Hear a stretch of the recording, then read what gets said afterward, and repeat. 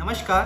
हो सकता है कि आपने अनवांटेड की पहली टैबलेट को अभी लिया हो, या हो सकता है कि आपने कंप्लीट किट को यूज़ कर लिया हो और आप इस समय जानना चाहते हैं कि अनवांटेड को लेने के बाद ब्लीडिंग कब शुरू होती है। तो इसी बात को हम लोग इस वीडियो में डिस्कस करने वाले हैं। तो चलिए स्टार्ट करते हैं वीडियो को बिना किसी देरी के।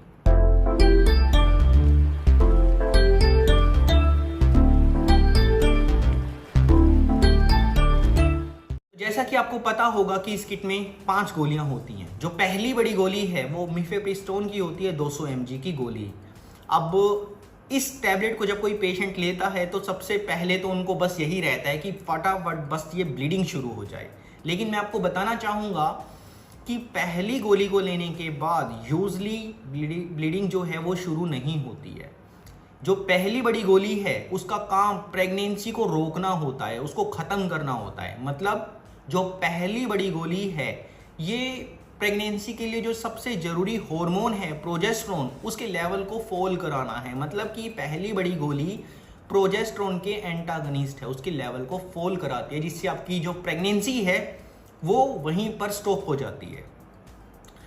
जब कोई फीमेल पहली बड़ी गोली को उपयोग करती है तो लगभग 36 से 48 घंटे के आसपास जो बच्चेदानी का मुंह है, जिसे हम लोग सर्विक्स बोलते हैं, वो डायलेट होने लगता है। मतलब कि खुलने लगता है। बच्चेदानी का जो मुंह है वो खुलने लगता है।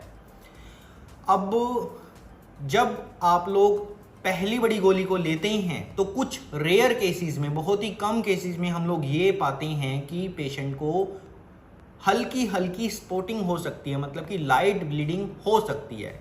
और कुछ बहुत ही उससे भी कम केसेस में हम लोग ये देखते हैं, स्पेशली उन केसेस में जब कोई पेशेंट घर पर एक्सपेरिमेंट करता है पीरियड्स को लाने के लिए। क्या करेगा, घरेलू उपाय करते हैं वो पीरियड्स को लाने के लिए। गर्म चीज़ें खाते हैं, काढ़ा बनाकर पीते हैं, कुछ लोग तो जड़ी बूटी तक खाते हैं, या कोई आयुर्वेदिक दवाई वो लोग खा लेते हैं जिससे प्रेगनेंसी ख़त्म हो या फिर पीरियड्स आ जाएं। तो इस केस में क्या होता है कि जब कोई पेशेंट ऐसा इस किट की पहली टैबलेट को उपयोग करता है तो उनको लगभग 12 घंटे के आसपास ब्लीडिंग शुरू हो जाती है। तो ये आपको देखना है कि आपके केस में कौन सा सिनेरियो है। अगर आपको पहली गोली खाने के बाद ब्लीडिंग शुरू हो भी रही है तो आपको जो पूरा प्रोसीजर है वो आगे कंटिन्यू रखना होता है। अब आगे क्या करना है, तो देखिए आपके पास जो ये 4 गोलियां बची हुई हैं, इन 4 गोलियों को हम लोग 48 घंटे पर लेने की एडवाइस देते हैं। मतलब कि पहली गोली अगर आपने आज सुबह 10 बजे ली है पानी के साथ में, तो अगली जो 2 गोलियां हैं वो आपको परसों सुबह 10 बजे जीभ के नीचे या गालों के बीच रखकर लेनी होती है। तो ये जो गोलियां हैं, कई बार पेशेंट बोलते हैं कि सर इतनी कड़वी गोलियां हम लोग कैसे रखेंगे जीभ के नीचे या फिर गालों के बीच में, ये तो बहुत कड़वी होती होंगी। लेकिन ऐसा नहीं है। ये जो गोलियां हैं ये टेस्ट में टेस्टलेस होती हैं, मतलब कि इनका कोई टेस्ट नहीं होता है। लेकिन जैसे जैसे ये गोलियां मेल्ट होती हैं, घुलती हैं मुंह में, वैसे वैसे आपको चौक जैसी फीलिंग आती है। जैसे ब्लैक बोर्ड पे हम लोग चौक लिखते हैं ना, सेम वैसी वैसी आपको फीलिंग आती है। ये गोलियां पूरी तरह से घुलने में 30 मिनट का समय ले लेती हैं। और ये जो गोलियां घुलेंगी, जो थूक होगा उसको आपको निगलते रहना है, सलाइवा को बाहर फेंकना नहीं है। फिर आपके पास अब 2 गोलियां बच चुकी हैं। इन 2 गोलियों को आपको 3 घंटे के बाद दोपहर 1 बजे लेना है। मतलब कि परसों दोपहर 1 बजे आपको ये 2 गोलियां ले लेनी है। अब इस जगह पर आपको जो सबसे इम्पोर्टेंट बात याद रखनी है वो ये है कि आपको चाहे ब्लीडिंग शुरू हो चाहे ना हो, 5 गोलियां लेनी जरूरी होती हैं। कुछ केसेस में क्या होता है कि पहली गोली से ब्लीडिंग शुरू हुई तो लोग 4 गोलियां लेते नहीं हैं। या फिर ऐसा भी हो सकता है कि आपको पहली 3 गोलियां खाने के बाद ब्लीडिंग शुरू हो जाए तो आपके दिमाग में आ रहा होगा कि चलो ब्लीडिंग जो है वो शुरू हो गई है और 2 गोलियां ना लें। तो ऐसा आपको गलती नहीं करनी है, क्योंकि अगर आप लोग ऐसी गलती करेंगे तो ये ब्लीडिंग स्टॉप नहीं होगी, या फिर हो सकता है कि आपको ज़्यादा टाइम तक ये ब्लीडिंग चले और फाइनली जाके आपकी जो प्रेगनेंसी है वो क्लियर ना हो। फिर आपको आगे जाकर सर्जिकली प्रेगनेंसी को ख़त्म करवाना पड़ता है, जिसे हम लोग DNC कराना बोलते हैं। अब यहाँ पर जो सबसे ज़रूरी बात है वो ये है कि आखिर जो एक्चुअली ब्लीडिंग है, जो हम लोग एक्सपेक्ट करते हैं कि ब्लीडिंग कब शुरू होगी इस किट को लेने के बाद, तो जब आप लोग इस किट की जो दूसरी और तीसरे नंबर की गोली को लेते हैं तो आपको जो ब्लीडिंग है वो लगभग 30 मिनट से लेके 4 घंटे के बीच में शुरू हो जाती है। लेकिन कुछ केसेस में हम लोग ये भी देखते हैं कि अगर किसी पेशेंट ने इस किट को प्रीवियसली यूज़ किया था या प्रीवियसली अगर उन्होंने कोई हार्मोनल टैबलेट्स को उपयोग किया है या फिर वो ऑलरेडी एक्सपेरिमेंट करके आए हैं, मतलब कि पीरियड्स के लिए कोई कार्डापी कराए हैं, कोई मेडिसिन खाकर आए हैं, तो ऐसे केस में आपको जो ब्लीडिंग है वो 24 घंटे तक का टाइम ले लेती है स्टार्ट होने में। तो ऐसी परिस्थिति में आपको घबराना नहीं है।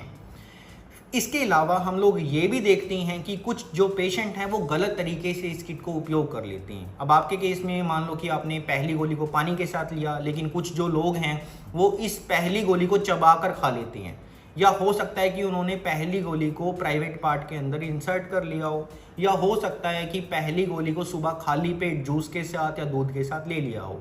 ये गलत तरीका है। पहली गोली को आपको हल्का खाना खाने के 2 घंटे बाद पानी के साथ लेना होता है, जैसे सामान्यतः किसी गोली को लेते हैं। मतलब कि गोली को आपको मुंह में डालना है, पानी पीना है और उसको निगल जाना है। फिर दूसरी जो गलती है लोगों की वो ये करते हैं कि वो टाइम से पहले लास्ट 4 गोलियों को ले लेते हैं। मैंने जैसा बताया कि इन 4 गोलियों को 48 घंटे पर लेना होता है, लेकिन कई लोग जो हैं वो इन बची हुई 4 गोलियों को 48 घंटे से पहले ले लेते हैं।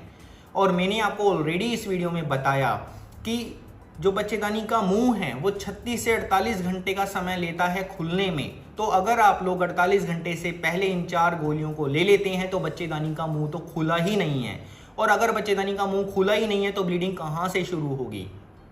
तो ऐसे केस में पेशेंट को 72 घंटे लग जाते हैं ब्लीडिंग शुरू होने में। तो आपको ऐसी परिस्थिति में बिल्कुल भी घबराना नहीं है। 72 घंटे का टाइम लगेगा, वेट कर लो, आपको ब्लीडिंग शुरू हो जाएगी। लेकिन कुछ केस ऐसे भी होते हैं जिनमें पेशेंट्स को 72 घंटे तक भी ब्लीडिंग नहीं होती है। तो क्या करना है? तो ऐसे केस में सबसे पहले तो आपको ये कंफर्म करना है कि आपको ब्लीडिंग है भी या नहीं है। अगर आप लोग बिना प्रेगनेंसी के इस किट को उपयोग कर लेते हैं तो ये किट काम नहीं करती है। मैंने आपको प्रीवियसली बताया है कि ये किट कैसे काम करती है। अब जब बच्चेदानी में बच्चा ही नहीं है, प्रेगनेंसी के प्रोडक्ट्स ही नहीं हैं, तो ये किट कैसे काम करेगी? फिर आपको ब्लीडिंग नहीं होती है, उल्टा आपको इस किट को लेने से डबल साइड इफ़ेक्ट्स होते हैं। ठीक है, तो बिना प्रेगनेंसी इस किट को आपको यूज़ नहीं करना है।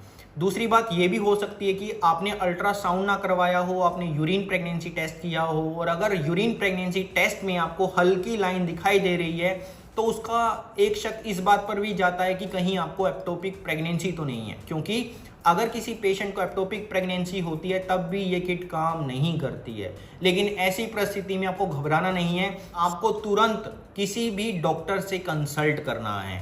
ऐसी परिस्थिति में क्या होता है कि हम लोग कंफर्म करते हैं सबसे पहले तो कि आपको एक्चुअल में प्रेगनेंसी है या नहीं है। अगर प्रेगनेंसी है तो किट ने काम क्यों नहीं किया, और अगर प्रेगनेंसी नहीं है तो आपको कैसे ब्लीडिंग जो है वो शुरू हो सकती है। तो आशा करता हूँ इस वीडियो में दी गई जानकारी आप लोगों के लिए काफ़ी यूजफुल और बेनिफिट रही होगी। मैं मिलता हूँ आपसे नेक्स्ट वीडियो में एक बहुत ही इंटरेस्टिंग टॉपिक के साथ। तब तक के लिए stay healthy, stay fit. Thanks for watching this video.